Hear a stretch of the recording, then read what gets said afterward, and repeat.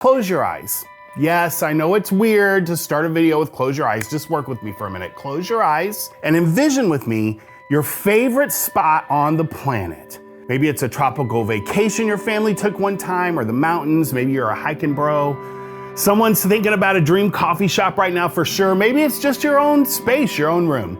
Now, open your eyes, because we're gonna talk about why your favorite space is so important to your next step with God.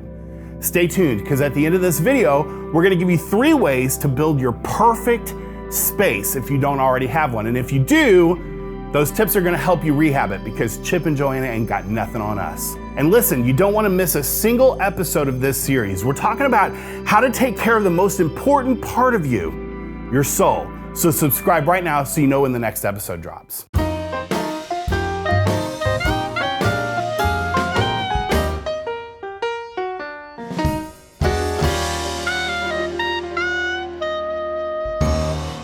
So back to our favorite spaces. God made those, and maybe just for you. He made all the stuff we see and all the stuff we don't see. Galaxies, black holes, the Serengeti, Antarctica, maybe some of you have seen that. He made the painted desert, the Grand Canyon, the beaches in Bermuda, the green of New Zealand, and the red sand dunes in Saudi Arabia. In the beginning, God created the heavens and the earth, Genesis 1, verse 1. So in the beginning, God created all of those things, but he wasn't done yet. Because after the constellations and the crazy creatures and all the craters he formed and all that stuff, God made one more thing. And he made it super unique, distinguishable from every other thing he ever made. Like an artist's mark on a piece of pottery. In Genesis 1, it says this: "Then God said, let us make mankind in our image, in our likeness, so that they may rule over the fish in the sea and the birds in the sky, over the livestock and all the wild animals and over all the creatures and move along the ground." And so God created mankind in his own image. In the image of God, he created them. Male and female, he created them. The implications of this passage are massive. We could talk about identity, purpose, racism, the Trinity. The list just goes on and on. But today, we're gonna dial in to one overarching truth found in this passage. You are unique. Something extra, in a good way. Like Cheetos. Cheetos versus hot Cheetos. Or Coke versus cherry Coke. Whatever you love that gets that little added zhuzh, a little extra flavor. See, when God created everything on the first 5 days, it was kind of like the original flavor. Agree with me, original flavor is great. It's classic, and if you love the classic flavor, give us a like. I mean, we're pretty classic, right? But if you love, like, adding a little bam, a little extra something, then hit the bell. Everyone loves the classic. But bonus flavors, I mean, come on. God made us different from everything else he made. A little bonus flavor. We're unique. Of everything he made us only with a soul, a living soul. What even is that, a soul? Well, the Bible doesn't give us an exact definition, but in piecing it together, it's the part of you that lives forever. It's the added bonus part, the let's make them in our image part of that passage we looked at. Some might say, I don't know, that sounds too spiritual for me. How do I know if I have a soul if I can't even see it or touch it? It's a great question. You're right, you can't touch your soul. But there are many things that we don't see with our eyes, and yet we know it exists. The wind, we don't see it, but you can feel it. Your internal organs, can't see those without a lot of extra help. But if they didn't exist, you wouldn't be watching right now. There's a part in each of us that was created in the image of God, created for eternity. God breathed into us and we came alive.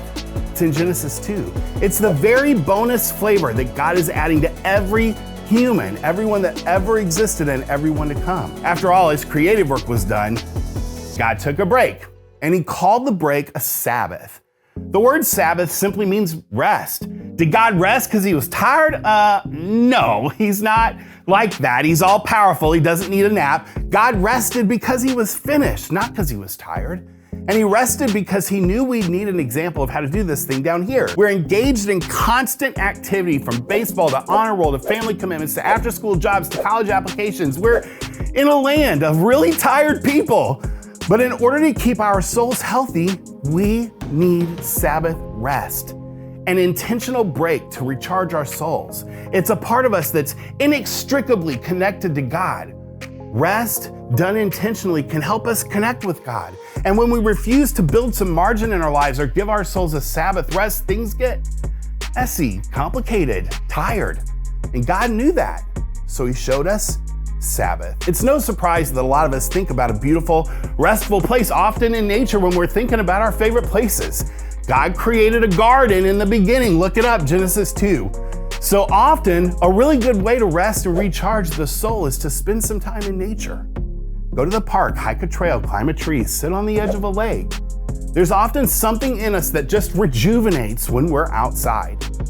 This is one of my favorite places on the planet. I mean, besides Bermuda. It's small, it's often unkempt, but Katie and I spent some intentional time making this tiny backyard that backs up to an old Walmart a place where we could rest, reconnect with God. Sabbath. There's also something special and soul stimulating about praying. And it's no wonder, because also in the beginning, God was hanging out in nature with Adam and Eve and they were chatting it up. Also Genesis 2. So when we're connecting with Jesus through prayer, we're also pumping life into our souls. Next time you're feeling overwhelmed, talk to Jesus. You may not come out of that with answers in the moment, but there's something calming, restful, Sabbath about prayer. Psalm 62 says it like this: "Truly my soul finds rest in God. My salvation comes from Him. Truly He is my rock and my salvation. He's my fortress. I will not be shaken." In the midst of his most difficult times, there was only one place where David could turn. He knew that God alone provided rest for his weary soul, and he's the guy who wrote that. We all instinctively know we need rest, but many of us don't turn to God first. We look for rest in all the wrong places. By the way, just scrolling TikTok mindlessly is not rest. I mean, speaking from experience. Sometimes we don't find Sabbath because we don't create the space for it.